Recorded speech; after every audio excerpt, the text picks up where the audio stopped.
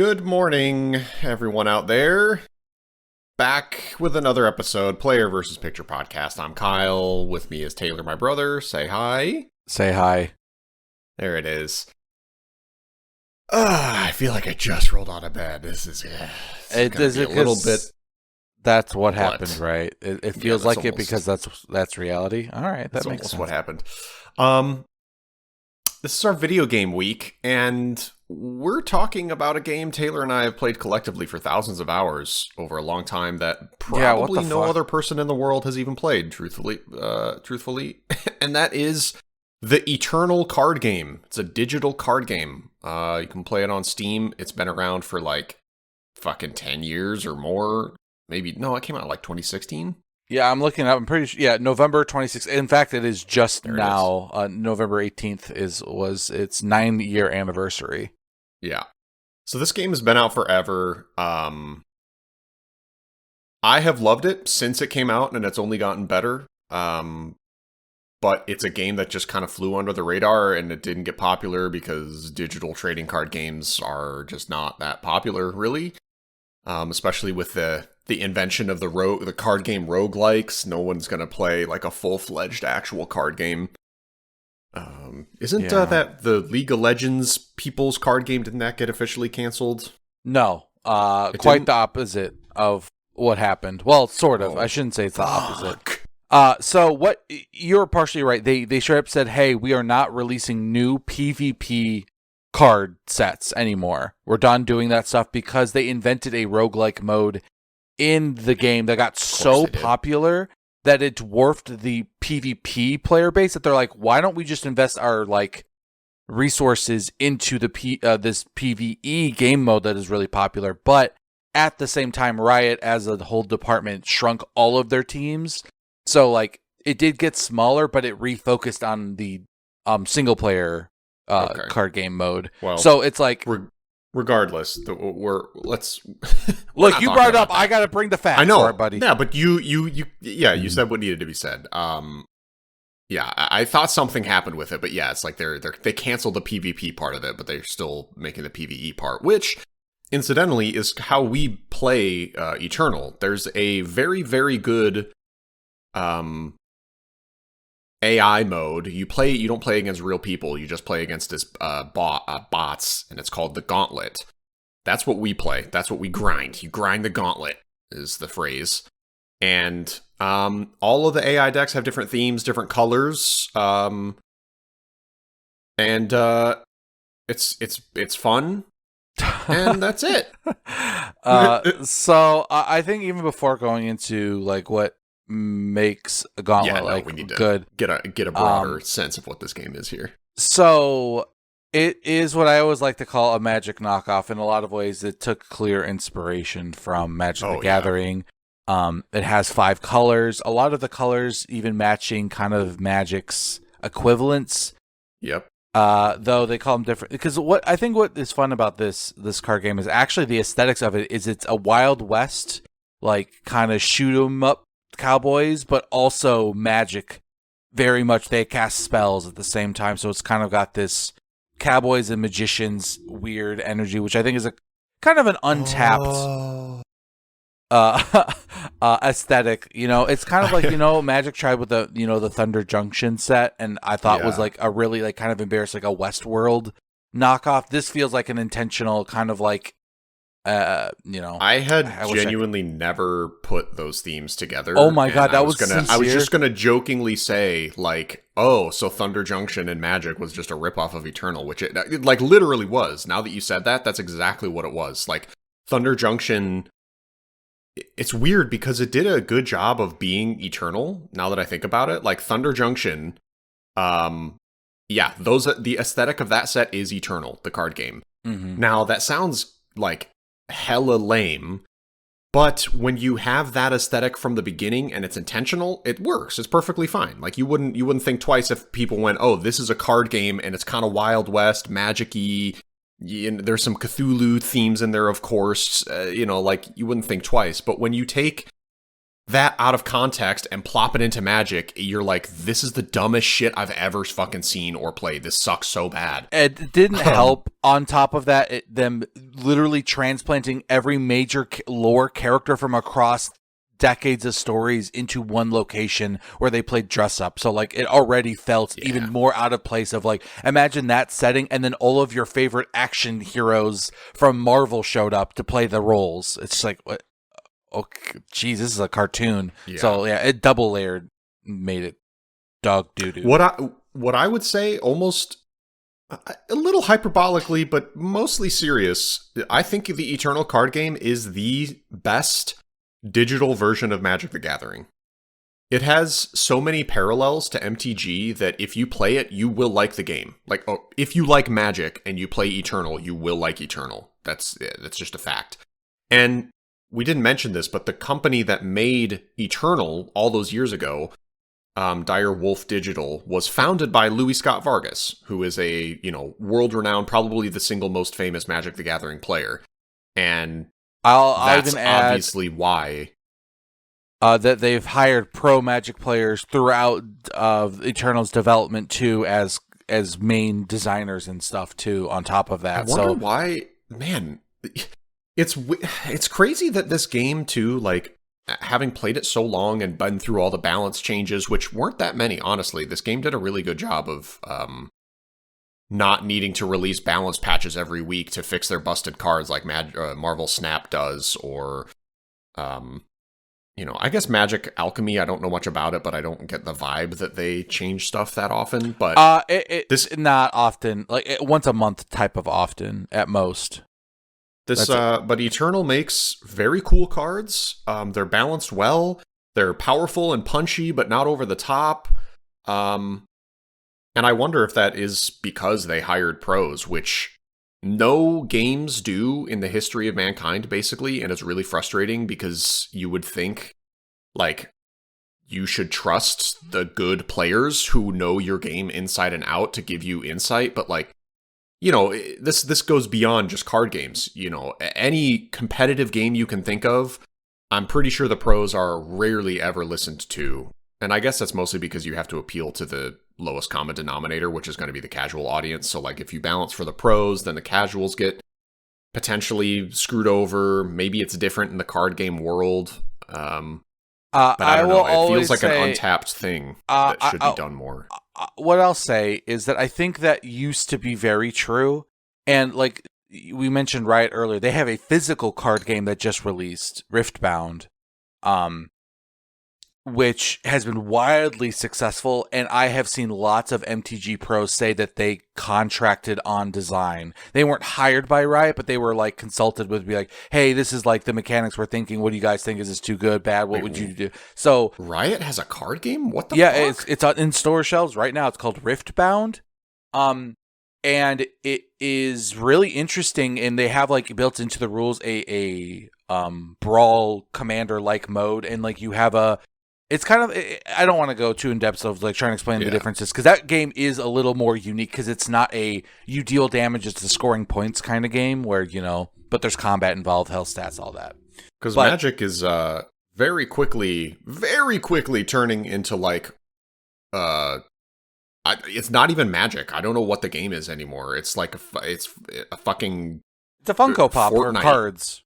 Yeah, it's like a Funko Pop card game. It's like Fortnite, the card game. It's disgusting, and I hate it. A much more accurate description of it. It's weird because there's not many things that are like, usually when you get Fortnite-ified, where it was basically you just become an amalgamation of other things, is like your identity kind of gets lost with it. Like, but Magic has a very intentional like, oh, we'll release Magic-specific things, and they're really good still. Because it's one thing if they would like half-ass their releases, but they don't. Their sets are good. Like we haven't. Is that space set the last in-universe set that they've done? I don't know, honestly. I can't keep up. I don't know. Okay. Well, then I guess I'll end this. Is the Airbender set not? No, it's not in the universe, but it is standard legal. But it's no. It's what I said. Yeah, it's straightforward. In fact, ironically, Avatar fits so well into Tarkir. It's kind of funny. how much Tarkir clearly was inspired by Avatar, or at least they have similar shared DNA. Clans, sure. And it being like, a lot of the dragons being just, anyway, it's not relevant. Yeah, but what I will say here. is that I think, to your greater point about there being like, why don't they hire pros more often? And I think that is what is happening more often now. And that's why I think you see card games coming out, and they're, in my opinion, more interesting and more unique. And then the other fear when you talk about like pros being too involved is that when things get really balanced, they do tend to get very boring or uninteresting. And that I could see that. That is, I think, the fear, because like there's this clip of Gavin Verhey talking about the design of Vivi and how pushed it is, and they very specifically say that like you kind of have to, like, they want to release stuff that like looks like this is too far, because that's like kind of what you need to do to be interesting is like they know the way to release this that would make it fair, but it being fair makes it not an interesting card, and you wouldn't ever feel inspired to do something with this thing in particular. Whether or not you agree with them, that's fine, but I do think there's a lot of truth in that. And the reason I feel passionately about this, because in WoW, the most balanced version of WoW is always the most boring, when all the classes are very functionally similar and not spiky, or their damage profiles are similar, and it's fair, and you can bring whoever you want. It's just like, I don't know, I find that to be less fun to play, in general, is when they tend to be more safe, is when it's more balanced. And what I think is interesting about Eternal is that it feels like everything is kind of spiky. Like, I always feel like my tools are way more powerful than they should be, but I still feel like my opponent's tools are just as powerful as mine are in a lot of ways. Yeah, so that's something that I find so interesting about Eternal. And I don't understand how they did it, but the game, I don't know, I'm constantly inspired by cards to make decks and to try things. Like I have tried to make so many decks in Eternal. But the game, I don't know, it always feels balanced. I guess I don't know what I'm trying to say, but yeah, well, I think we can talk about the different angles of I think the card design, or the game design, I guess, because cards aren't the only part of the game design, and how they kind of feel unique to this thing, and why they've stuck around so much. And then we can talk about kind of like, in addition to the card game being good, the software that the game is run on is very like fun to play and engage with, and is rewarding, which is what's kept us keep playing. Because like, I think Magic the Gathering is the best card game I've ever played, but I don't ever play it. I don't like any of the software that you can play Magic the Gathering on. So yeah, that's the funny part, is that for being such an iconic staple of the card game series, it has only somewhat recently come out with a playable digital version in Arena, and people still hate it and don't want to play it. And that's what I'm saying. That's why I said earlier that Eternal is the best Magic the Gathering digital you can play. It's similar enough that like just play Eternal if you're gonna get into digital Magic. Mm-hmm. So one of the first things I'll call, as I think the mana system is got the kind of weird combination of what I call like Hearthstone meets Magic, and I only say Hearthstone because like mana and color being kind of decoupled from each other. But to first clarify more the structure of the game, it is super similar to Magic again. You draw 7 cards, you draw a card at the beginning of your turn, you play power cards, or mana. You can do one of those a turn. Yeah, there's fast spells, there's slow spells. You attack the player, and then they choose how to block, just like Magic. Structurally, it's almost identical. Yeah, like the combat system is even the same as Magic. That's, to me, one of the big ones. Is there's so few card games that have damage is removed at the end of combat, and I don't know why, but this is one of the few that do. Because I have straight up, I think I've played like every popular digital card game, and this is the only one I've ever stuck with. So that's why. Yeah, a lot of damage is permanent on the digital card games because they're like, oh, this is something you can do in digital, so let's do that, but it doesn't make the game better. But right, because that's what Hearthstone did. It's like tracking damage permanently in Magic would be such a pain in the ass. You'd have like a million dice, and everything would have 1s and 2s and 3s, and you'd be keeping track of way too much and it would suck. So like just having damage be erased was probably at the time just a pragmatic solution to the issue of like not wanting to have over the top tracking. But yeah, then digital card games went too far with it, and as you're saying, if you've played most all of them, and this is one of the few that erases damage just like Magic, I think it is the best system. I really don't like the permanent damage thing. Yeah, the big difference, though, it does allow for a new kind of card design space with healing, where like... Yes, exactly. So there is some trade-off with that as kind of like a benefit, like, because it allows you to, you know, have something more interesting, is that like having permanent damage on there. But it also... I think what can be tough is when we talked about balance is like when you have a combat where your damage is permanent, that means you're like, I don't know, when you're designing a card that just has a really good, just an ability as a stat, you know, all it's there is just to have this ability in play. When you have it give lots of health, that means like a burn spells have to be designed in ways that are like, you know, red removal is designed in raw damage numbers. So when you have to design those to be much different than the ones that target players, because you could have units that, you know, come into play on turn 4 or 5 with like 12, 13 health in those card games. Well, you can't have like a red removal spell be like, you know, deals 6 damage to any target. That would be insane, because your opponent's health is not proportionately massive, and like, I don't know, that all stuff can make it look a little muddy. I find it's just very clean and very easy. I think this is something you've expressed to me throughout the years of how much you hate Yu-Gi-Oh's thousands and hundreds, that you really love how clean and simple the math of Magic is. Yeah. And the difference between 3 and 4 is huge. But the difference between like 37 and 38 is like, what? Who cares? I don't know what that means. Yeah. And this game, I think, with one of my favorite parts of this digital aspect is what they tweak for Magic is then also things that give like permanent stat buffs are kept between zones. That is something like even the cards that say like remove from the game and then return it when this is removed, like the things that come back that were removed from the game, remember that they have been in play, so they aren't affected by summoning sickness, and whatever stat buffs they may have, and whatever debuffs they may have, all stick. And like that to me allows just a completely different card game to be built than whatever Magic could achieve. Yeah, this Eternal, I would say, makes the best use of Magic mechanics while also making great use of digital mechanics. There are keywords in this game that are, you know, you could not do them in physical, but they work really well in this game while also being packaged in the Magic the Gathering style of gameplay, and it's just a beautiful marriage. It's super, super, super fun.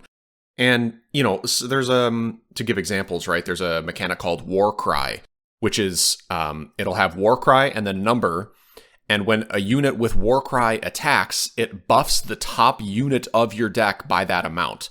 So if you have War Cry 2 and a unit attacks that has War Cry 2, the topmost unit of your deck gets +2/+2 permanently. So a lot of decks are actually built around War Cry specifically. It's an extremely strong keyword, and it scales your deck super well when you have kind of low to the ground early game units that have War Cry, and then you draw later units, or, you know, if you're in top deck mode and you know, pulling a 1/1 for 1 off the top sucks, but, you know, maybe for 3 turns it's been War Cry buffed and now it's actually a 6/6, and suddenly you have this insanely strong draw. There's another mechanic called Echo, which is when you draw a card with Echo, it copies itself and puts itself into your hand. So generally cards with Echo are worse. Like there's a card it's a 3-mana 2/1 flyer, not great, but it has Echo. So suddenly you get 2 3-mana 2/1 flyers in your hand, and while they are, you know, overcosted and not super good, it's just pure value. You have more things to play and more things to do. Then, for instance, let's say you combine those two, Warcry and Echo. Let's say you've been Warcry buffing this top unit of your deck that has Echo, and now this 2-mana 1/1 Echo card is now a 2-mana 4/4 Echo card that gets cloned, and now you have 2-mana 4/4. So like you can kind of cascade all these digital only mechanics together in a really fun way. You know, another subtle one that I really like in this game is how um, sort of like tutor effects work. Shuffling your deck, you don't have to shuffle your deck every single time you look for something because, in real life, you literally are, picking up your deck and looking through the cards. So you need to shuffle them in order to get rid of the knowledge that you have of the order of things. But in digital, you don't have to do that. So, for example, if you have orchestrated your deck so that you know what the top card is, but then you have a card in your hand that's like, oh, go get a land from your deck and put it into play.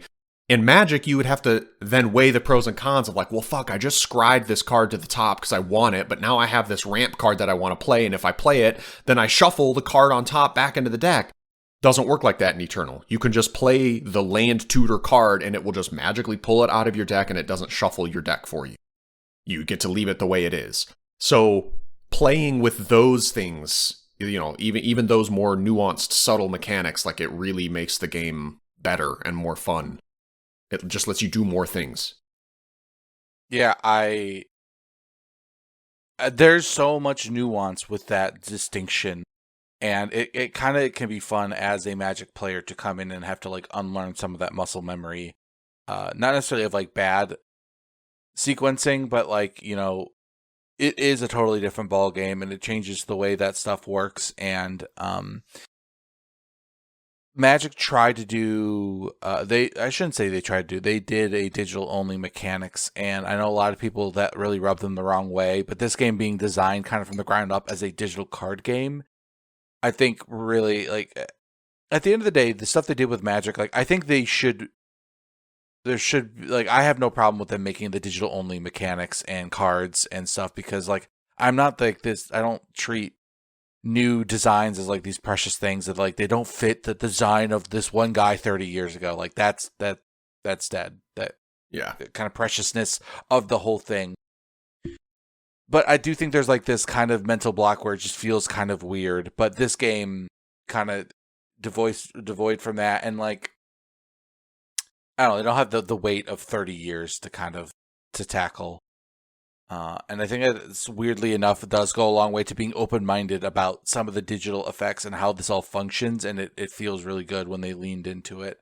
And part of it is, I think, I'm going to let you do this instead of me having to try to figure out how to explain influence and why it's cool compared to, because Magic, lands and mana, there are land cards that you play one a turn, and they produce the mana you use to spend to cast your spells. And all the land in Magic produces a color along with it.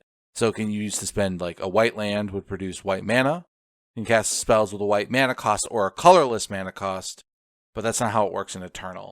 How would you describe that? Yeah, so you were kind of on the right track because we talked about this briefly before we started. But to compare it to Magic terms, the way that mana works in this game, it's called power.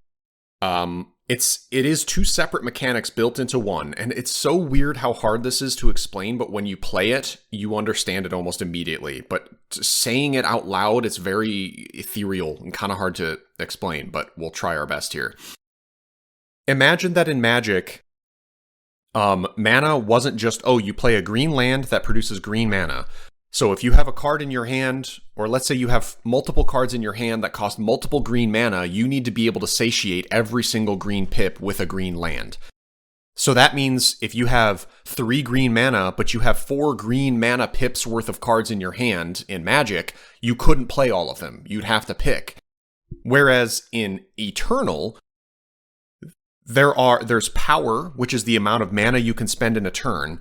And the power cards you play give you influence, which is almost like devotion in Magic, where it builds a cap of what you can play. So, for example, let's say you have 4 power, but only 2 shadow influence, which is the black color. Let's say you have 4 power and 2 black influence. You could play from your hand 2 mana cards that both require double shadow influence, because you don't spend the influence in this game, you just spend the mana. So, but in Magic, you spend basically the mana and the color to play a card. Where in this game, you just spend the mana, but the color is sort of just a devotion that you have that your cards in your hand need to meet. So what I like to think about the power influence kind of breakup is like the power is the raw amount of magical power your sorcerer needs to have to be able to summon the effect, the weapon, the person, the spell. And the influence is kind of like the connection to the specific types of magic you need to be able to even successfully cast the summoning spell, if that makes sense. That's how I keep it like kind of separate in my head, is like you need the right ingredients and the strength of your magic are like kind of independent of each other. And that's the idea, is that some power cards give you some ingredients of white, and some will give you no ingredients at all, and some will give you ingredients of multiple colors at once. But the one, I don't know. I'm trying too hard to be cute with it, but that's how it works it makes it make sense in my head. But it allows for their lands to just function a little bit differently because, influence being this extra effect, they can add and remove that as kind of to make their lands function a little bit better. Maybe one land produces more influence than it should, but it comes into play tapped, or maybe it provides no influence, but you can play it off the top of your deck instead as kind of like an extra thing. But I think that's the interesting. I forgot about that card. So there's a land power that it enters depleted or tapped, meaning you can't use it the turn that you play it. You can't use that power, but it provides double influence. So like in Magic, that literally can't exist, right? Because you tap for a mana and it's a mana of a color, and that's it. It's just 1 for 1. If you wanted to produce 2 colors, it would need to produce 2 mana. But in Eternal, like you just said, you can have a land that produces multiple colors but only provides 1 power. It's very interesting, very strange. It's also a good balancing knob. A lot of cards over the years have gained or lost certain influence requirements, right? Like, they found that if it only requires 1, fire influence, 1 red influence, it becomes too easy to splash in the draft format. So all they do is add an extra red requirement. So it became harder to play the card, but it didn't actually gain more mana, right? It's still 2 mana to play the 2/1 flyer, but now it's double red, so you can't splash it as easily. But that double red influence will make hardly a difference at all in decks that are devoted to red or are 2-color, red-white, and they have plenty of influence. So it's a really, really cool balancing knob that is more delicate than just going, well, this card's too good, remove a power. Oh, it's too bad, reduce its mana cost by 1. Other thing that it also solves that I think is the mana screwed scenario of like you're playing your 2-color black-red deck and you've drawn all your red lands and all your black spells. So then you draw your 1 black sigil and and now you can play all of your black cards as long as you have power. You can't just cast the 1 black card until you untap that 1 black land. Right, that's the other part that's as long as they meet the requirement, right? Like, if you draw 1 black land, but you have 2 black influence cards in your hand, obviously you can't play those because you need 2 influence and we only have 1 red. But yeah, if your hand is full of single black influence cards and you finally draw your black influence power, then suddenly, you can use your 5 or 6 mana to play all of these 1-cost cards. Sorry to interrupt. I just wanted to No, that's fair, and that's what makes it hard to talk about without a visual aid, because visually it is very simple. But I think that is the other kind of upside of this system, is it lets you break out of mana screw way faster than in Magic, because, with the mana color and the actual mana source itself being tied to the same effect, you can't, unleash the floodgates once you draw that first colored mana. This is kind of like, as once you hit that minimum floor, all of that power that you've been generating is now useful. And that just helps so much. It allows for way more games that were non-games to become games. And I think that can be... Because one of the funny parts is this game never will have that good of a user review because Mana Flood, Mana Screw absolutely exists. Yeah. And you feel almost more irritated because of how clearly digital this game is, that it feels like the game is manipulating it against you when it happens. Whereas on paper, randomness is randomness, but it can feel extra bad. Unlike a digital platform. There's also a quick note on how decks are built in this game. The format that we play is much like it's constructed, right? Where you have 4 copies of a card in a deck, or you can have up to 4 copies of a card in a deck. But the decks in this game are 75 cards, and they require a minimum of 25 power. And 99.9% of decks run 25 power. You know, the slower control decks might run 26 or 27, but your power or mana is way, way, way less variable in this game than it is in Magic, right? Like the 60 card decks, you know, red aggro decks, they can run as little as 17 or 18 mana, depending on how the decks are built. You just don't have that option here. You have to run 25. So then that means you have 50 cards in the deck, up to 4 copies of any given card, to build around. So I wonder if that is also what contributes to balance feeling good in a way, is that you can't cheese these larger decks. You have to follow these certain restrictions, but there are absolutely still red aggro decks, right? They'll just play like, you know, 7 or 8 different 1-drops, you know, a couple different 2-drops, maybe some 3-drops. And that could probably prevent those aggro decks from ever really being as powerful of threats as they were in other games, because you could never make them as like kind of creature heavy. Like once you catch up, like their deck becomes just as like flooded with lands they don't need. Like their top end is at 3, but here they are drawing their 8th or 9th land, you know. I always thought that was interesting, and I don't know if it's good or bad, or like what that ended up doing to kind of how games and decks are built in this game by having a minimum land size, and like you said, basically everyone adheres to it. Like I don't feel like there are many lists that, and the lands are never quite, because like the way that lands work, and they're not like functional cards that are out on the playmat. They're kind of like in their own untouchable zone that just like kind of generate you the resources. You don't interact with them, like tap them or untap them or activate abilities. And if they do, they're very rare if they exist. I don't think there's any that interact after you put them. Yeah, that's true. That is something that is lost from Magic, right? Where lands can have actual abilities on them. In this game, powers don't do that. Like when you play it, you gain a life. When you play it, you gain an extra influence of this type. When you play it, you draw a card and take a damage next turn. When you play it, if you have a creature in your graveyard, you get a free creature into play. Like a scry one, or you know. And like some of them will transform into other cards based on other effects, but the idea is that once it's in play, it's just a resource. It doesn't have any other functional use. It's a little number on the bottom of your play area that just tells you what your power number is, and it shows you right next to that what your influences are. So yeah, and that makes it, the power base is non-interactive essentially in this game. Where I don't think there's landed there.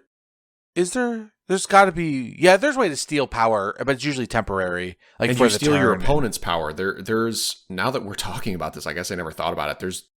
There's no way to like undeplete power in this game. Once you've used it, there's no cards that give it back. Basically, there's cards that are like gain +1 power this turn, but yeah, I don't think there's a card that's like, yeah. Because I think the way that you have to think of power is like at the start of your turn, you gain max power equal to the number of like lands you have played this game. Is kind of like the functional way it works, because that's how that. Because you're right. Because it never references your power cards after they've been played. Like you don't untap them. They just, whenever you would do something equivalent in Magic, where it'd be like untap a land, they instead just say, okay, you just get X temporary power, whatever that number they want it to be, and it's always that way. And I don't even think very often oh no, I'm dumb. I was like, they don't increase your maximum power very much. Yeah, like, there's cards that do that. Yeah, like literally the staple of the entire white deck is like 4 different copies of cards that say +1 maximum power. Right. But which you're right. There is no like untap lands. It's just +X max power. Yeah. So there are like mana dorks in this game, but they just say +1 maximum power, +2 max power, but they don't give you influence generally. So imagine a mana dork in Magic that just taps for a colorless land or a colorless mana every time. That's basically how power works in this game. But that's also because max power is way more powerful in Eternal than a mana dork is in Magic. Because mana costs are so prohibitive in Magic, as we've discussed, right? Like if you have a multiple 2 or 3 mana cost cards, right? Like you have a black card in your hand that costs double black, another card that costs black, another card that costs double black. You need 5 black mana. Very prohibitive. But in this game, you don't need that. As long as you have 2 black influence, you could play all of these black cards like the 3 I just gave in that example. So if you get +1 max power, it's way more powerful in this game than a Mana Dork is in Magic. That's why I think mid-range is so fun to play in this format, because I think you think about it is like the types of decks I like to play are get Mana Dorks out early to get a big threat out 2 turns early. That's kind of like my favorite thing to do in these types of games. And I even think about RPGs. That's why I like to grind and be overpowered for the next boss. It's almost like a similar type mentality. But the influence and mana system rewards those types of games more, because you think about Sandstone Titan, one of the best creatures of all time, just needs 2 white influence. That's all you need. Influence. But getting to 4 mana on turn 2 is not really that hard, and getting to 2 influence. But so you get way bigger payoffs for having max mana, whereas like the colored mana is not nearly. It's like getting to the second one is you've kind of hit gold. There's so few cards that are good that require 3 of 1 influence. They're just very rare. Or if they are playable, they're just like only because of that influence is like too prohibitive. You don't play it in multicolored decks, and like I even think in my monocolored decks, I don't think there's a single triple that I can think of that I play, except in the cards that like benefit you from having like 8 in play at once, which is obviously much different than the prohibitive needing that much to cast it.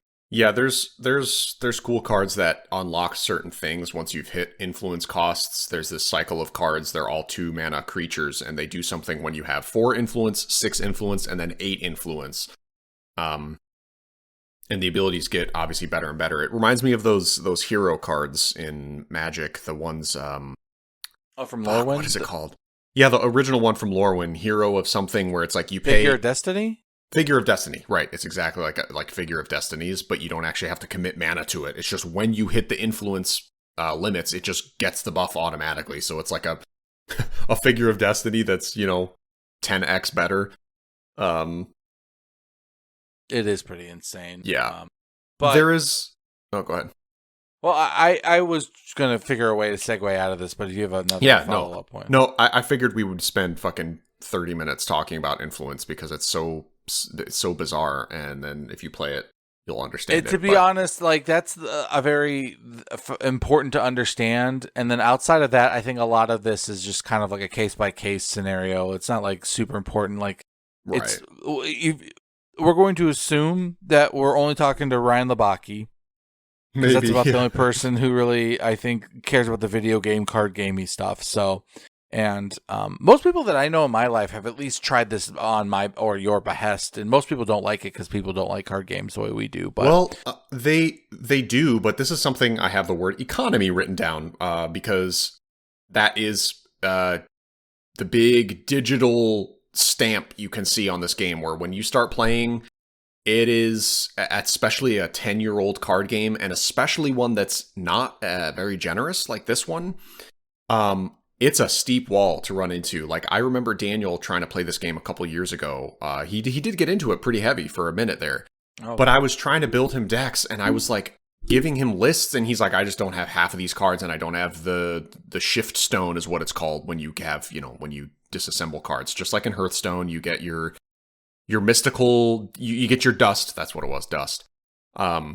He's like, I just can't craft these cards. So I'm like, okay, how much shift stone do you have? Well, I only have 400. I'm like, wow, okay, so you can only make like a couple uncommons and a handful of commons? Fuck. And it's the same ratio as all the games do. I don't know why they decided on this ratio being the golden number, but you have to destroy 4 of a given rarity to get 1 of that rarity of your choice. So you have to destroy 4 rares to get enough of the stone to craft 1 rare of your choice, which is something, because I play Eternal a lot while I'm taking some dookies. It hit me the other day when I was on the toilet. I was like, why the fuck in a digital card game do they not have wild cards? Like, imagine opening a pack in this game, and instead of it being a random legendary that you don't fucking want, what if like 1 in 10 legendaries were just a wild card? It like, it would have a different animation and you'd flip the card over and it would be like, hey, this is a wild card. You can make any legendary you want with this. Why did they not do that for this game? So I find that very funny because you have literally described Magic the Gathering system, but their version I know has it is. Yeah, the wild card system. Yeah. They have no crafting, like the duplicate protection thing. The idea in Magic is like once you get the 4th copy, you just don't get any more copies of that. And some of your rares and mythics will turn into rare wild cards and mythic wild cards. Why don't they do so? One, as far as I'm aware, like Magic was like one of the first ones to do it, but they came out after Eternal.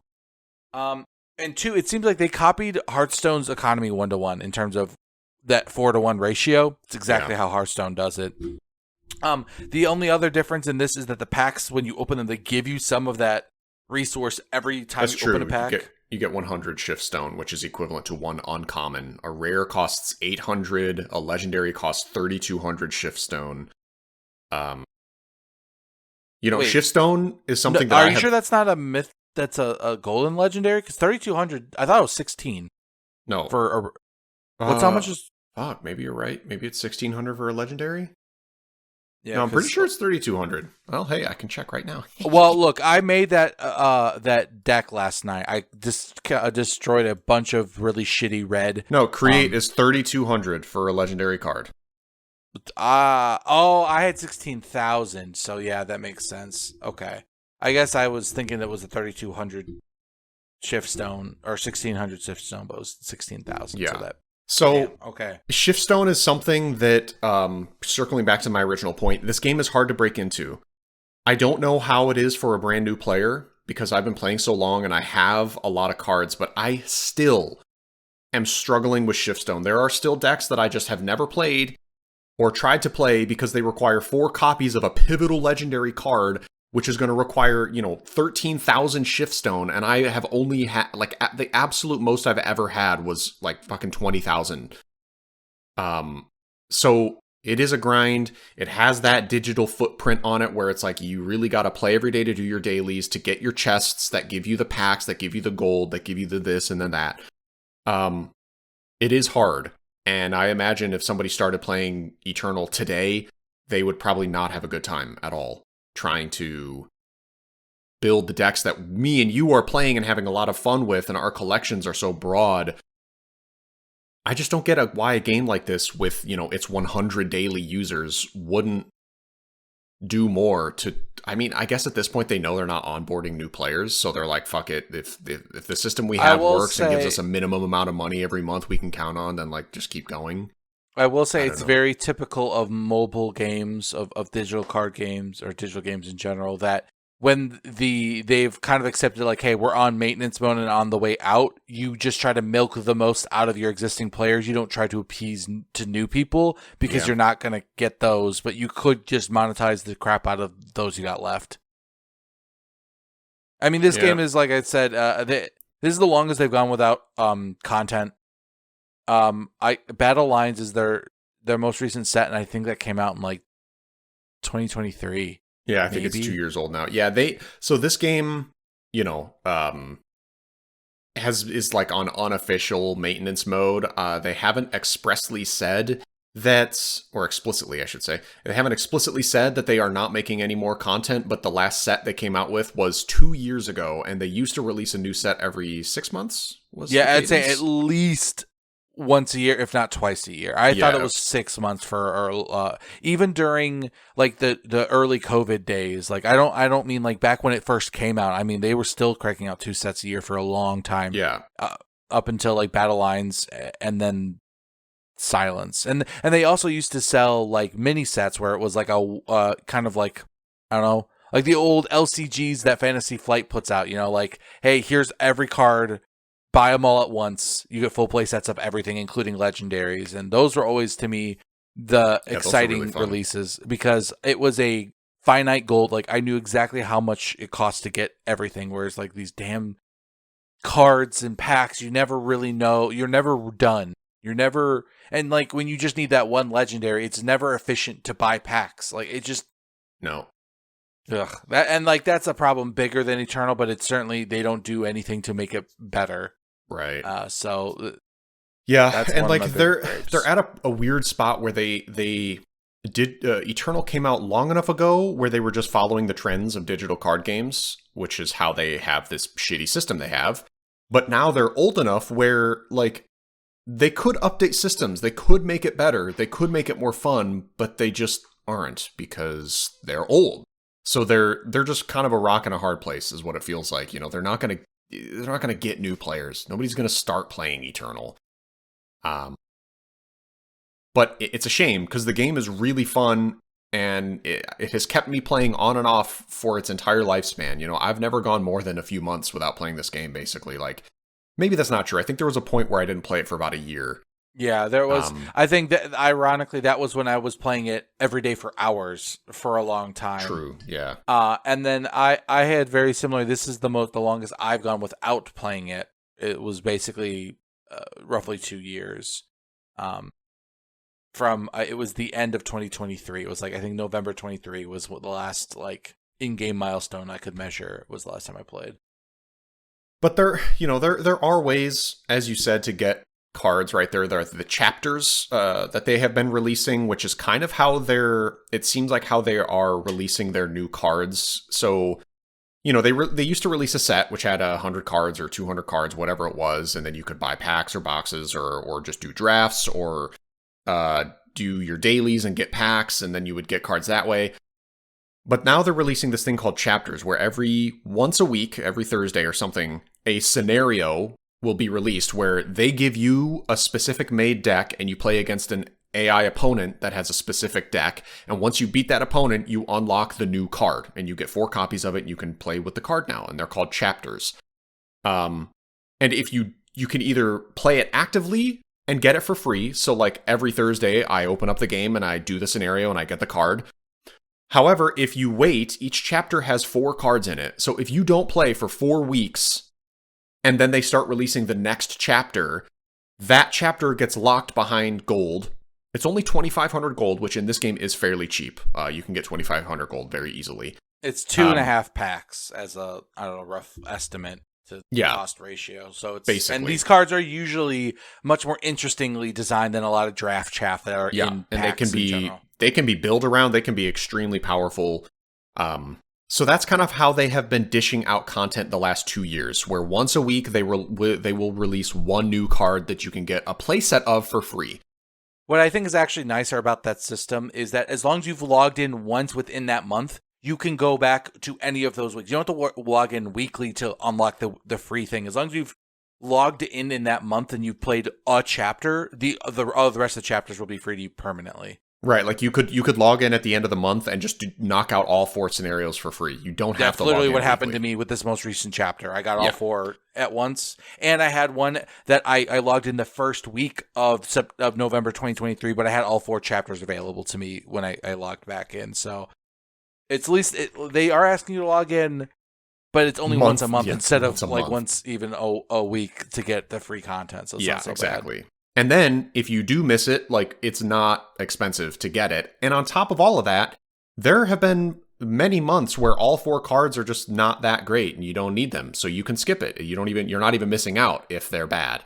And this game has such a massive catalog of cards now that you don't also have to worry about, well, what if this new card is really busted and then they nerf it? Or what if this old card gets buffed into something that's really good? I don't want to destroy it. Like, they don't really do that unless it's a truly problematic card, which ironically they released somewhat recently. Omniscience, funny enough, in this game. Oh wait, was that thing? That thing didn't seem that insane because it's like 4 blue influence, 9 mana. Okay, it was 6 mana, Taylor, before they nerfed it. Okay. Jesus Christ, this thing was 6 mana. Let me just say what this card does for all you people listening. It's basically an enchantment. It's 6 mana. At the end of your turn, draw until you have 9 cards in your hand. And that is the max in this game. It's not 10, it's 9. No, are you sure it's not 10? Yeah, because if it says you have more than 9, it says discard down to 9. At the end of the turns that I draw too many. Regardless, you've 6 mana for this. Like, even in this game where power is pushed a little bit, like, this game is more powerful than Magic, I would say. On a card-to-card basis, cards are more powerful in this than they are in Magic, but the really powerful cards are not more powerful than Magic, if that makes sense, right? Like, there's no card like Vivi in this game. Like, that card is just unhinged levels of power. I don't know. I think of another banned card in Magic that's just like it's like, ridiculously okay, imagine OP. playing Yeah, like Oko. There's no cards like Oko in this game, but there are really strong cards. Like during Cons and Siege Rhino, if all the rares are like Siege Rhino level, when Siege Rhino was really powerful, where it was just like everything just has a really insane effect, but it's not like this one piece combos off and there's nothing you can do unless you do something about it this second. That it seems a little less oppressive, or things that just, if they sit and play, they win the game in all aspects and protect themselves. Like, no, nothing quite like that. But individual cards, if you support them, any individual card can win you the game with the right support. And any card is like individually powerful enough to win you a game if you support it. That's a great way to say it. I would say that a lot of cards in this game are Siege Rhino level powerful. Like, the top end most powerful cards in this game are, like right around Siege Rhino, like, the Titan cycle. There's cards comparable to the Titans in this game, but there are no cards that are, like Busted Oko or Ulamogs, like nothing quite that strong. And then inversely, the lower end of cards, there's certainly common garbage in this game, but there aren't cards that are like as bad as the vanillas in Magic. So anyways, the power is more uniform, but it's more consistently powerful. So anyways, what I was saying is this card was 6 mana, and it basically drew you anywhere from like 2 to 9 cards every single turn. It was stupid. And then recently they nerfed it to be 9 mana instead of 6 mana. Which I don't know why they didn't just reduce the number of cards it drew. I wish it was like draw until you have 5 cards in hand and kept it at 6 mana so it's playable. But I think even then, like, every single person's going to play that card if they're playing blue. They're just not going to not play that card. Yeah, exactly. You dump your hand and draw 5 every turn. That's still... I don't know how they released it, frankly. I just don't get it. I don't know how For it came me, out. it feels like a very... the reason they wouldn't change how many cards you draw, because I feel like that was kind of like the intent design, is like, this thing puts you to max hand size. Because I did Google it. It is 9 in Eternal is the max hand size. So it's drawing you to your max hand size every turn rather than just giving you more cards. And that's why it's called like Omniscience and not just like Surge of Brilliance. Sure. Like it feels like thematically the soul of the card, Kyle. So, okay, outside of that card, which was a major, major outlier, this game has never had balancing issues like that. Like I said, they mostly tweak things plus or minus power, plus or minus mana, plus or minus influence. And they do fairly small balance updates. Even then, they'll balance just a handful of cards because stuff doesn't get out of control. They aren't going to buff some random old card into usability. They, historically, if there's a really bad legendary card, you could just destroy it for the Shift Stone and not have to worry about it being buffed because it doesn't happen that often. Like, they'll release a card, and if it's strong, maybe they'll pull it back a little bit. If it's a little bit under, they'll push it. But if it's a really niche, like weird, wonky card, it's just always going to be bad. What I like to say is, like, if you like a game space where the meta has been solved and you have all the tools and you can play what you want and without fear of, like, there's not going to be that much being injected that will disrupt the meta, nor are they, like, balancing it aggressively enough where, like, you need to be worried about, like, well, what if I build this tier 1 deck and then tomorrow it becomes useless? It's like, that just won't happen. If anything, your decks will get better as they inject more random one-offs that might fit your game plan and make you go insane. Like that black-white removal spell you can play off the top of your deck, that 2/3 Lost Traveler. Yeah. Yep. Like, that thing being... just get randomly inserted. It just made a bunch of decks have a staple removal spell. It didn't hurt any deck. It didn't make anything worse. It just made your decks way better. So stuff like that is more likely to happen than anything else. So as daunting as getting in is, just know that, like, all of the, like, knowledge is permanent. Like, when you make those Sandstone Titans, they'll always be good. Yeah, so we've mentioned this card a bunch of times. I want to say what it does. It is a 4 mana 5/6 Vigilance, it's the equivalent of vigilance in this game. It's called endurance. It taps to attack, but then it untaps on your opponent's turn. That's essentially how it works. There's no tapping in this game. Things exhaust, but it is in effect tapping. It's a 4-mana, 5/6 vigilance. Units cannot fly, so it grounds everything. So 4-mana, 5/6 vigilance on its own is wild, and then it also disables its weak point. Anything flying over its head, it just grounds everything. In addition, a lot of blue removal in this game is built around stun counters, the exact way they function in Magic the Gathering, but endurance units can never be stunned. So it also blocks off.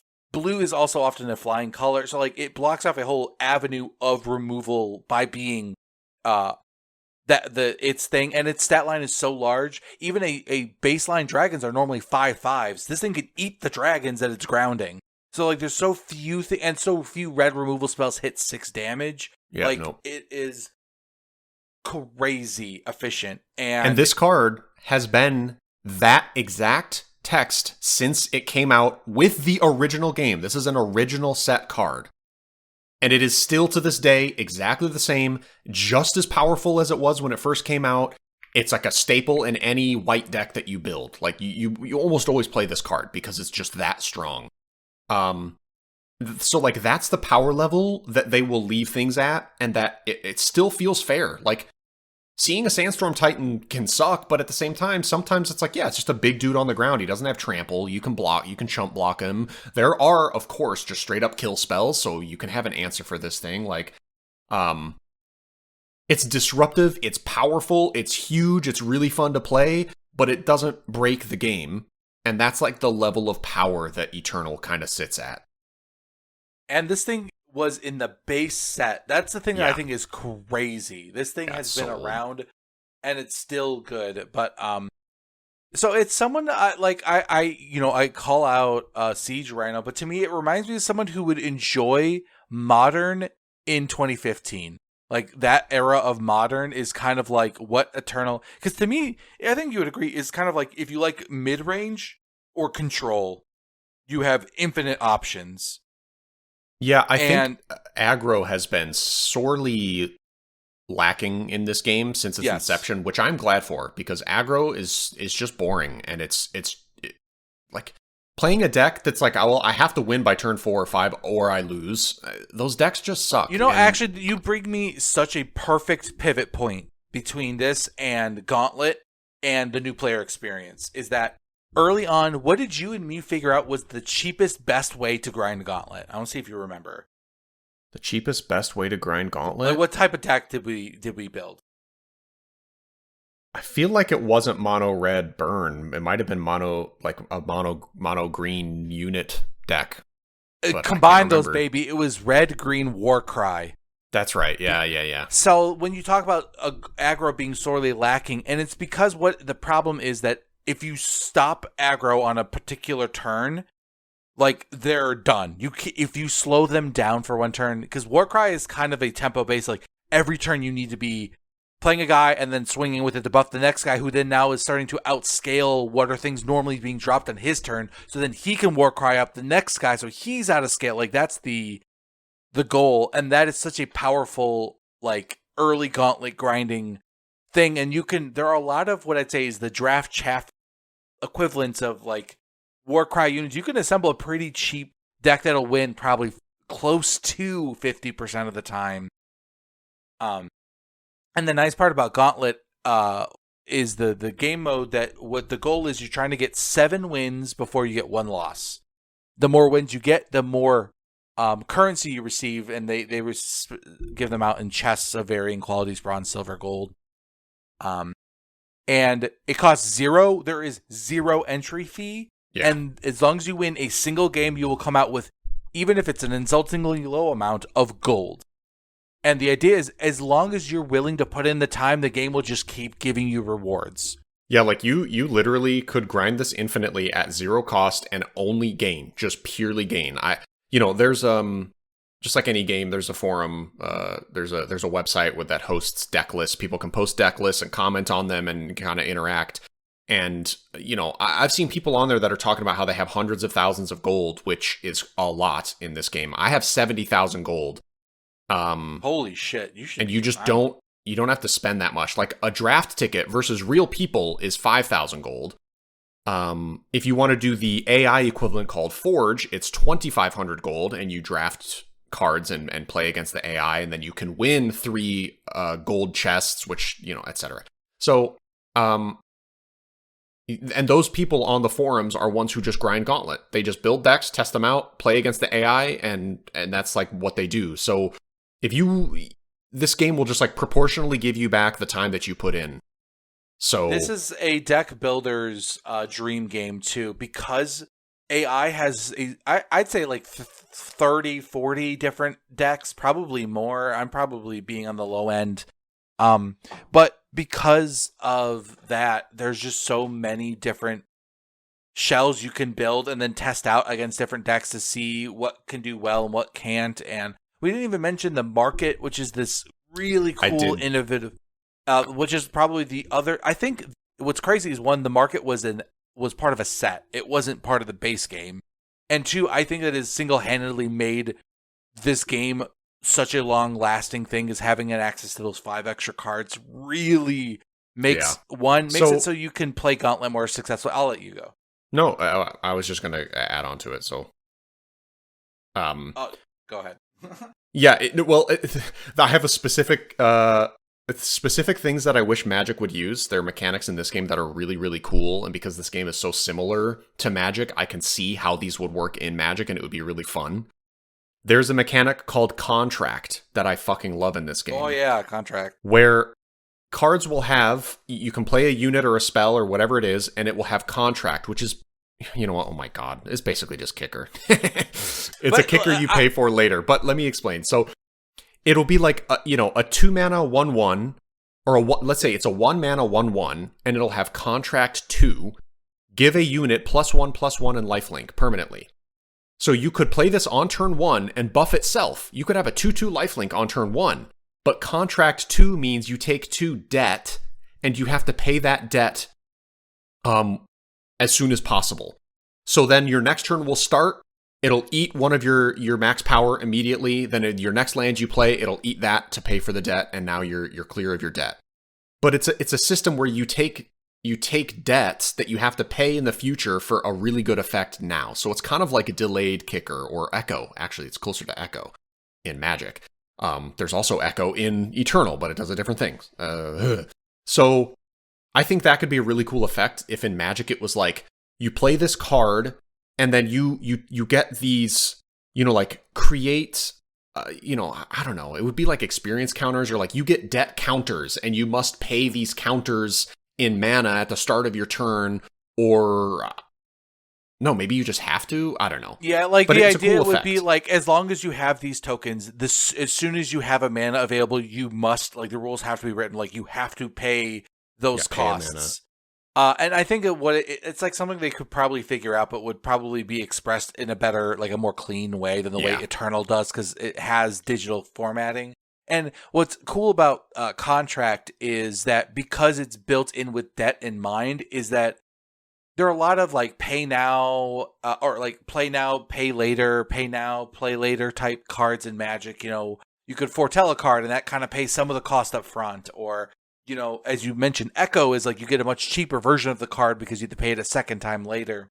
This one is just straight up like, I think a great example is like the guy that has Contract 6 to kill a unit that has power 4 or greater. Yeah. That spell effect is only a 2 mana cost, but the fact that it's attached to this 1/3 flying vigilance creature that scries on every attack, it's such a disproportionate high cost. It's like, yeah, I could do a 2-for-1. It basically time walks myself, but I get rid of such a tempo swing that I'm basically giving up that turn because you're losing your whole turn to reset. And then I don't know, it's just it's interesting, and like that can exist beyond just one turn. It can go as long as 3 turns. I was going to say that specific card you're talking about, I've had to use him as early as turn 3 or 4, and so like turn 4, I play him for 2. I contract for 6, which eats the 2 remaining mana I had that turn. Then my next turn, I play a land up to 4 or whatever I said. And then because I have 4 contract left, it eats all of that mana. And so like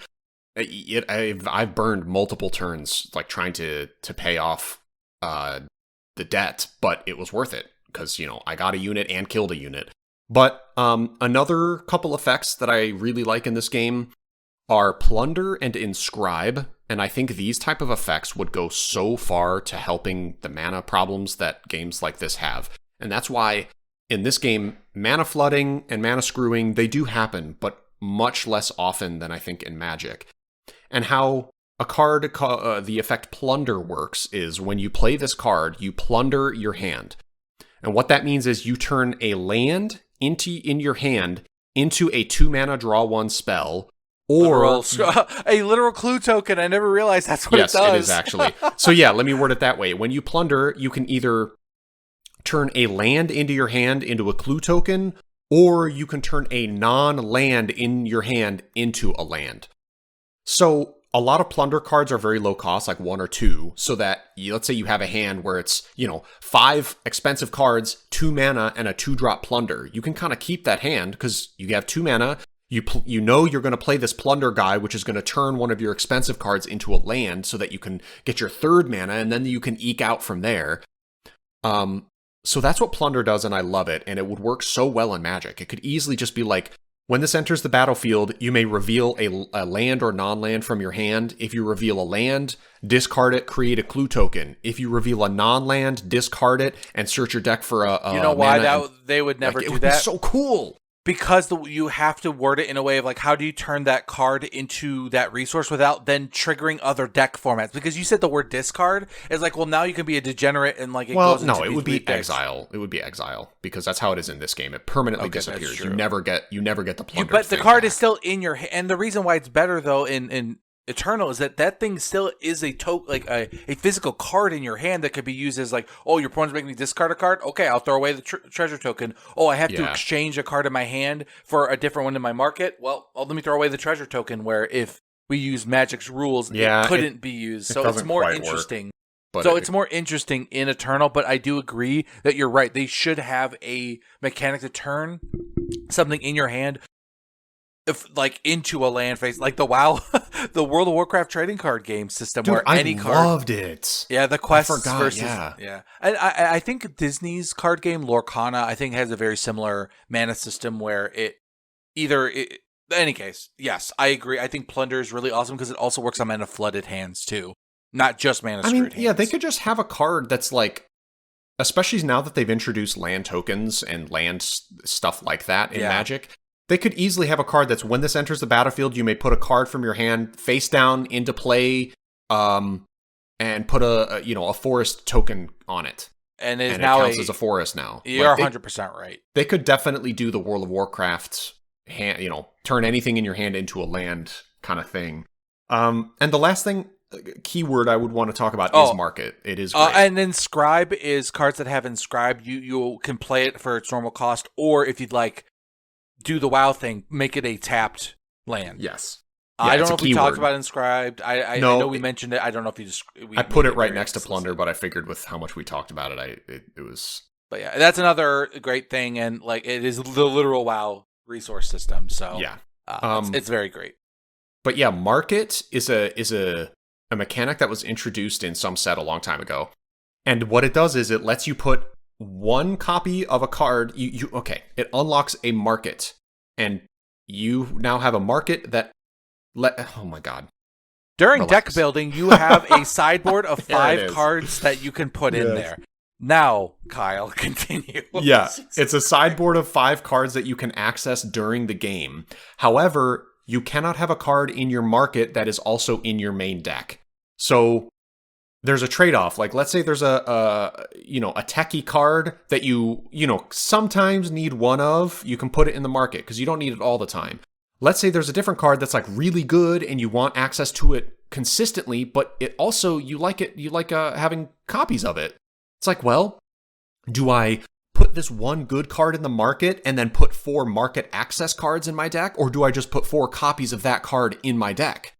Um, and there are cards that let you access the market, but they also do other things. So there will be a card that's like, it's a 3-mana 0/3. When you play it, you get +1 maximum power, and you can swap a card from your hand with a card in your market. There's a cycle of these. There's one for each color. There's a 3-mana 2/2 Death Touch. When you play it, you swap a card from your hand for a black card from your market.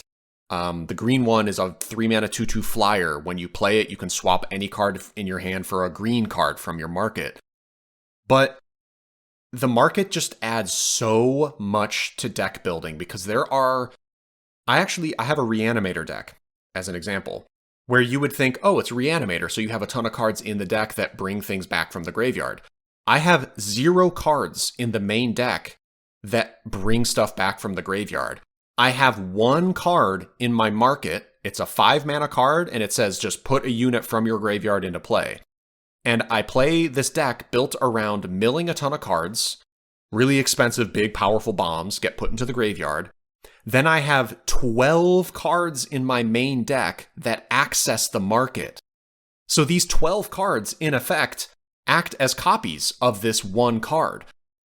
And the reason you structure it like this is because let's say I just put 4 copies of that Reanimate card in my main board, well, decks are 75 cards, so there are plenty of games where you'll just never draw the card that you need. Even though you have 4 copies of it, because these decks are so big, you'll just never draw the card. But this deck really has to have that Reanimator card in order to function. So instead, I have pumped the deck full of ways to access this one individual card. And because there's not a lot of counter spells in Magic, or Jesus Christ, in Eternal, you don't have to worry about kind of getting chumped by some bullshit strategy, especially against the AI. They're very predictable, which is part of the fun, is you know how they're going to react. Yeah, so instead I built the consistency around accessing this one Reanimator card from the market by filling my deck with market access cards. So that's just one specific example of how you would balance what you want to put in the market versus how many copies you want to put in the main deck. It's so interesting. It's a really, really, really cool mechanic.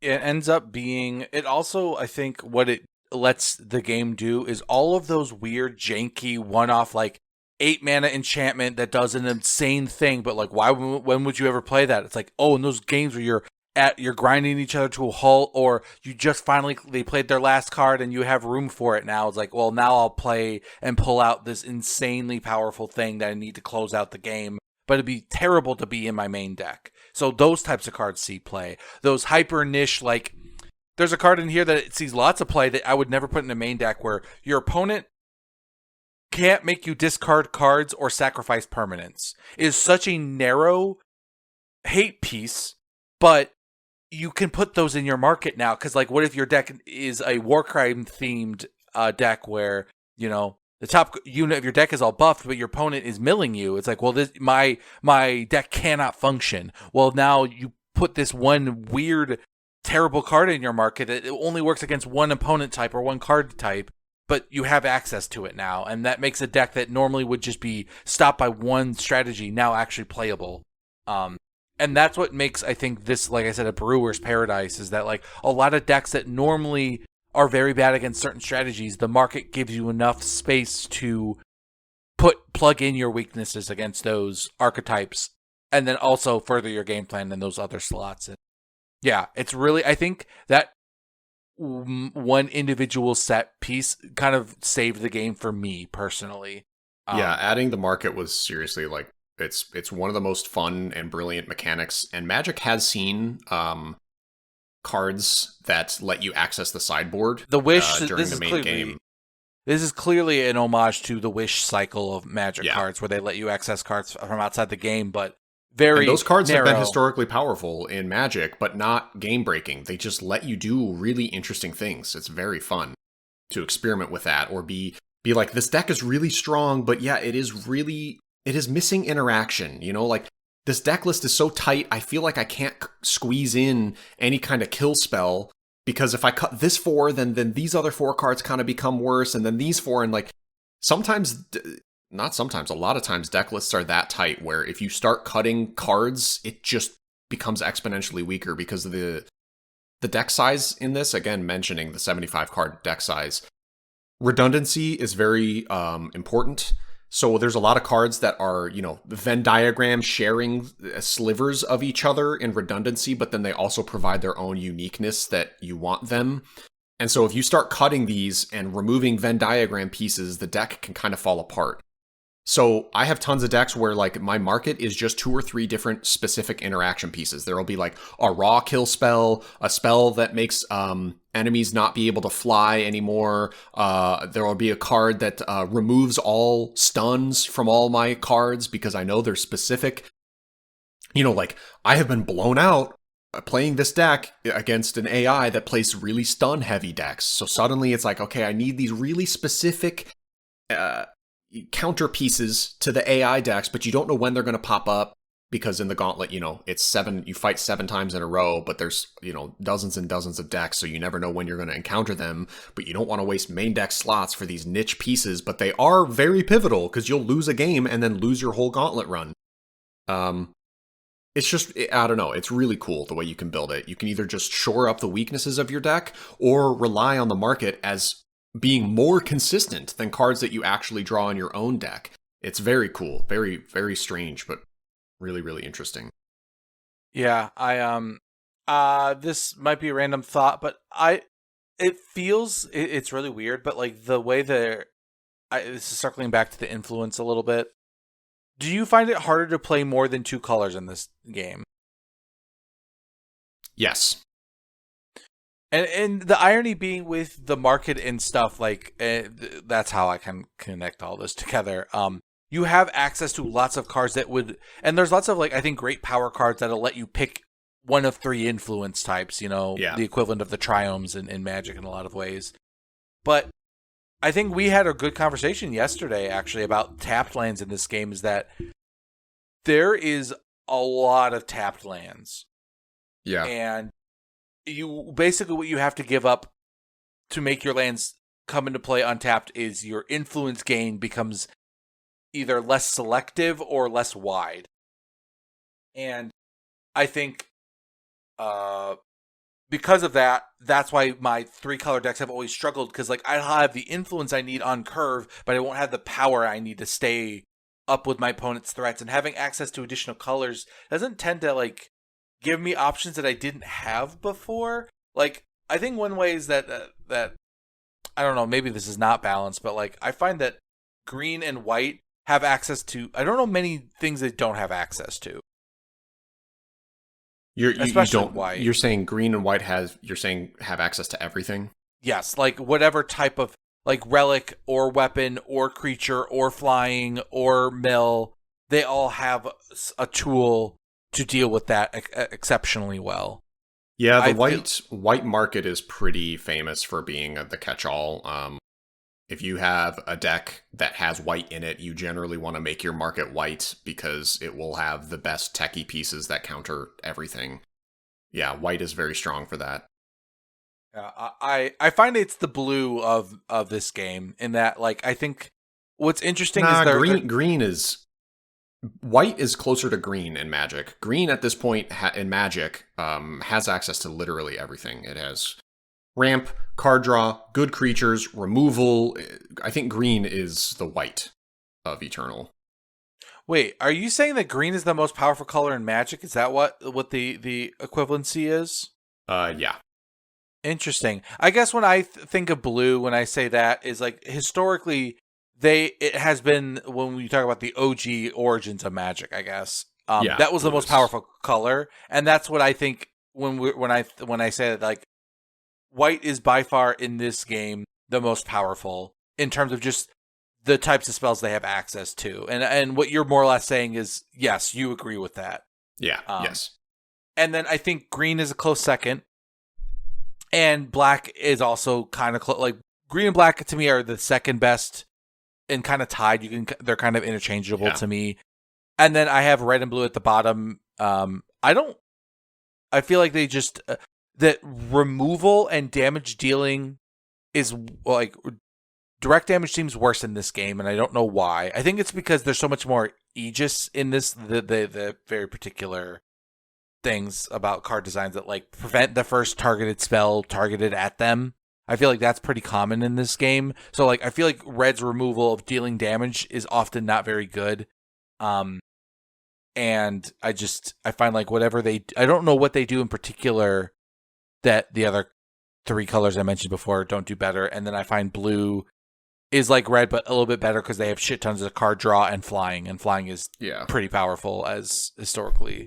Yeah, blue in Eternal, oddly enough, is one of the worst colors. They copied blue of Magic, where it has the counter spells, it has the draw spells, it has the flying Clones. units, it has the cloning, it has protective stuff, but they really pulled back the power of blue creatures. I don't know, it's hard to explain. Like, mono blue in Magic and mono blue in Eternal do function very similarly, but in Magic, mono blue, because there's a lot more combos, there's tutoring in Magic, there's more things going on for blue, that blue can win games, mono blue. In Eternal, it's really hard to have super strong, consistent mono blue. It feels like a color designed as a support color rather than a primary. Because any deck, that's like how red is too. The irony being one of the most played color combinations I have is actually Feln black blue, which is not. But I normally don't play blue at all. But like I love the black blue champion. I think I know know who I'm talking about. Yeah, and like so I find that blue in that deck, in that shell, feels so powerful. But like you said, when I'm just playing blue card, I see them in a vacuum, like, ew, why would it? Yeah. Like, we talked about that cycle of champion units that care about 4, 6, and 8 influence. The blue one is insultingly bad. It's a 1/3 instead of a 3/3 at baseline. And its other effects are less good. So like for some reason they're like, oh, we need to be aware that card draw colors get worse creatures, but I don't think their card draw anymore is much better than the greens and the whites of the world. And blue in Eternal as well, because decks are bigger, draw spells become worse. You percentage-wise dig less deep in your decks. They also don't have very good draw spells. Like, one of the staple draw spells in this game is one from the base set. It's a 3-mana instant, draw 2. Oh, that's still the base. I've been comparing it and being like, this can't be the best one but I guess it is. It still is. So they've been very careful in this game, because when this game came out in 2016, blue was probably the more dominant, better color in Magic, and they probably were leaning on that and being like, well, we don't want our game to have this same problem, so we're going to make the decks bigger, which makes draw worse, and then our actual draw spells are also going to be worse. Blue units are going to be worse. Then over time, Magic evolved into green being the best, green, blue. You remember the era of Simic a few years ago, where there's like everything was Simic? I miss the Simic era now. Yeah, like when Oko came out, that's what I'm saying. Like, green is just the best, and then you combine it with blue, units and techie stuff, and Simic just became the best by far. That's just not how it is in Eternal, and I'm glad for it. I love playing these other colors and experiencing these other kind of mechanics, and yeah, blue is very much a support color. I don't ever play mono blue, but I have had dozens of mono black decks, dozens of mono green. In fact, mono green is the best deck in Eternal. I think it's certainly. I also want to shout out the colors. We've been calling them whites and black and blue, but I want to actually give them the respect, because I think they're actually kind of interesting named. White is time, green is justice, blue is primal, red is fire. Okay, that's crazy. And then black is shadow. The hedgehog specifically. Yeah. But I don't know why I wanted to call those out. I just find that this game just does just enough with the fantasy tropes that are different that I like. Like the red-blue faction is just like a bunch of yetis that throw snowballs. Like a thematic, like their spell slinger, like spell of choice is snowball. That's their default. And I don't know, that's kind of fun. And because like it's weird, is like the black white being cultists specifically, that's life gain cultists, and I'm now I'm like on the spot. Black green is the Valkyrie and stuff like that, and so is red green a little bit, but that's more of a different kind of faction with it. But anyway, I just think those things are really black cool. green. Yeah, no, got good strong themes, and even magic. It isn't technically white. It's plains, right? Plains, mountain, swamp, island. So they have an identity of their own as well.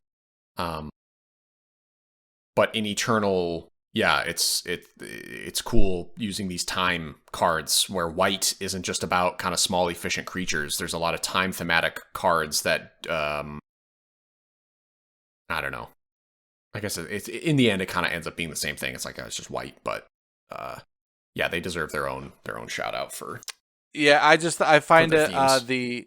with Magic losing a concrete kind of identity, I'm come to kind of appreciate this more specific look to it, and like I don't know, is there any this reminds me kind of like why I like Grim Dawn so much, where it's familiar, but in a lot of ways it's got a lot of stuff that I can't. It's so specific to this, you know, aesthetic and world building, and I've come to appreciate that stuff a lot. That's an interesting way to compare it. This is the Grim Dawn of card games. It's kind of familiar but unique.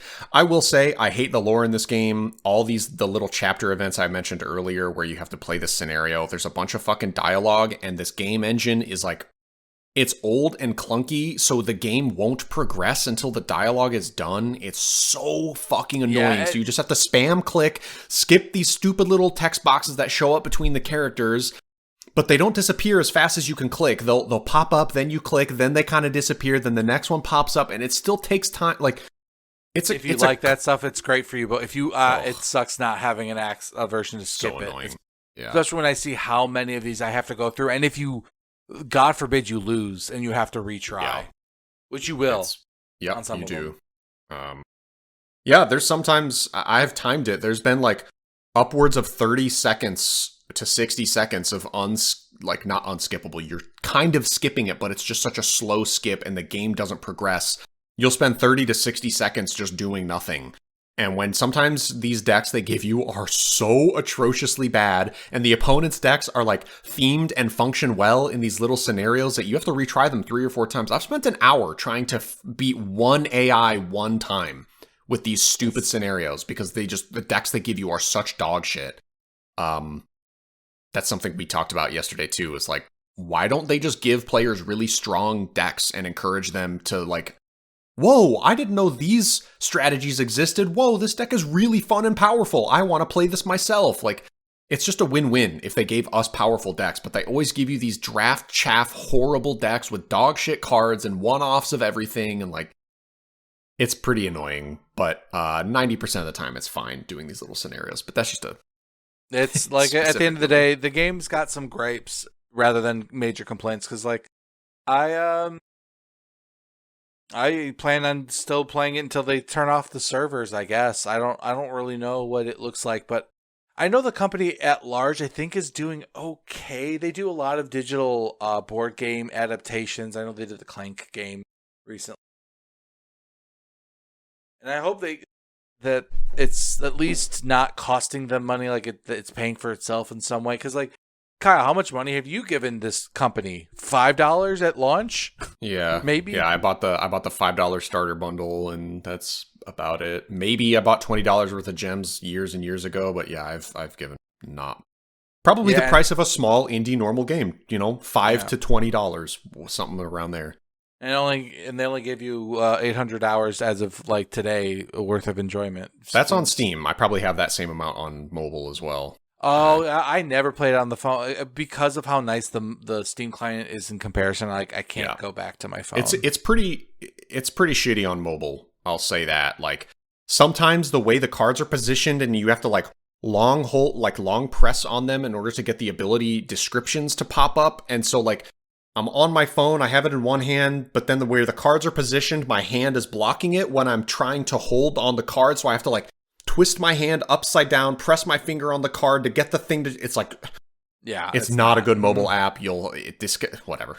It was definitely it definitely existed. It came out like a year or two after the main game did, so you can tell. I don't know. You can tell it's a 10-year-old mobile app. Yeah, that's a. I'm surprised it's even functional at this point. I thought it would have been discontinued by now. Because like this game never got very popular. It seemed like it did fine for itself, but it just was never popular. It got a Switch port. I know you can play it. I don't think you can play any of the other consoles. We can on Switch, which is funny.